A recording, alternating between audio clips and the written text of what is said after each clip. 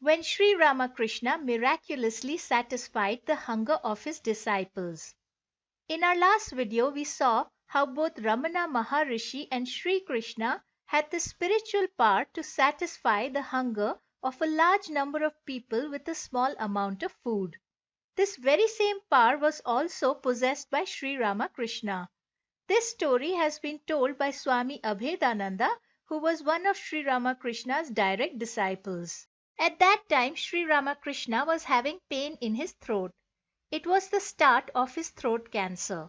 As a remedy, one day, Golapma, another one of Sri Ramakrishna's disciples, suggested that Sri Ramakrishna show himself to a reputed doctor in Calcutta.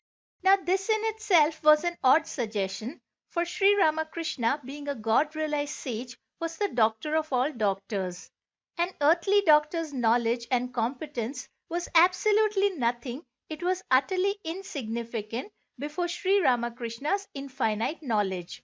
For had not Sri Ramakrishna become one with God, the creator of the whole universe, the creator of every little cell in the human body and all its little mechanisms of workings? To the one who designed all these little cellular mechanisms, to the one at whose will the whole universe was working, to the one who was the master of life and death and the ruler of every doctor's destiny, to such a being Golapma was saying that he should show himself to an earthly doctor. But such is the human mind which we all possess that we cannot fathom and understand the immense powers of God-realized sages. Our minds are simply too small to measure the depth of their immense powers. And so, instead of getting offended at such a suggestion, for if Sri Ramakrishna had a big ego, he would certainly have gotten offended with Golapma and said, "Do you know who you're talking to?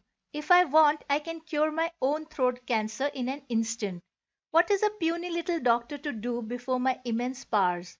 But instead of saying any of this, instead of getting angry and upset, Sri Ramakrishna, in his boundless compassion and merely to comfort a worried Golapma and other disciples, he went along with the suggestion of visiting the doctor in Calcutta. For Sri Ramakrishna knew that his disciples had not the understanding to fathom the depth of his powers.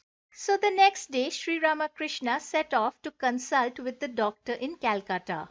He was accompanied by Swami Abhedananda, Latu Maharaj and Golapma. After the doctor had examined Sri Ramakrishna's throat and prescribed some medicines, the group boarded a boat to return back to Dakshineshwar.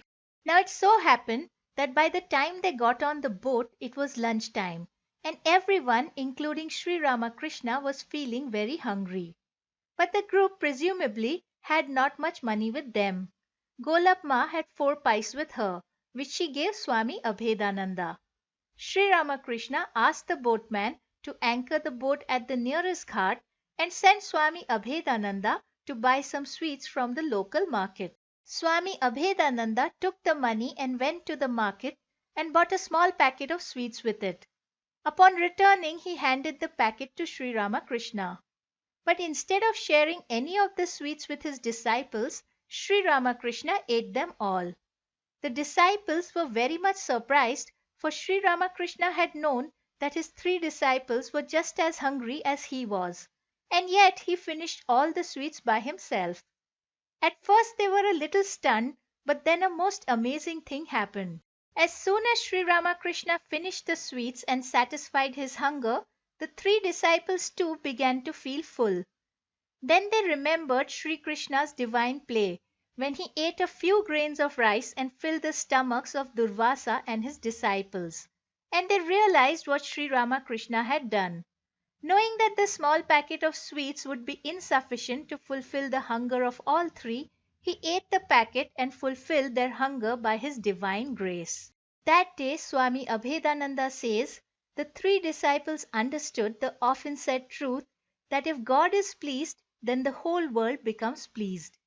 Another reason for Sri Ramakrishna bestowing this grace could also have been that Sri Ramakrishna knew that he would be leaving his body soon, and so he reaffirmed the faith of his 3 disciples in him by this one act of grace. Faith, of course, is a two-way street.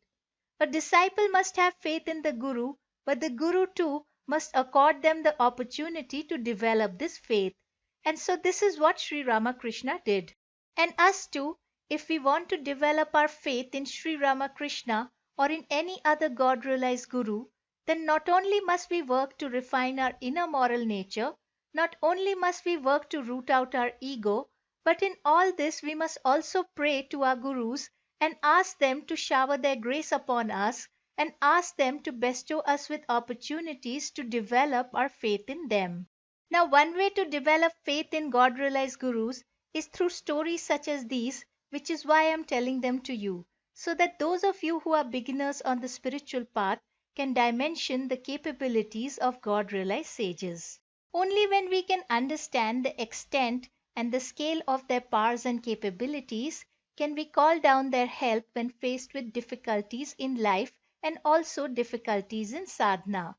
Many times in life we feel that we are totally alone, that there is no one to help us, but we are actually not alone.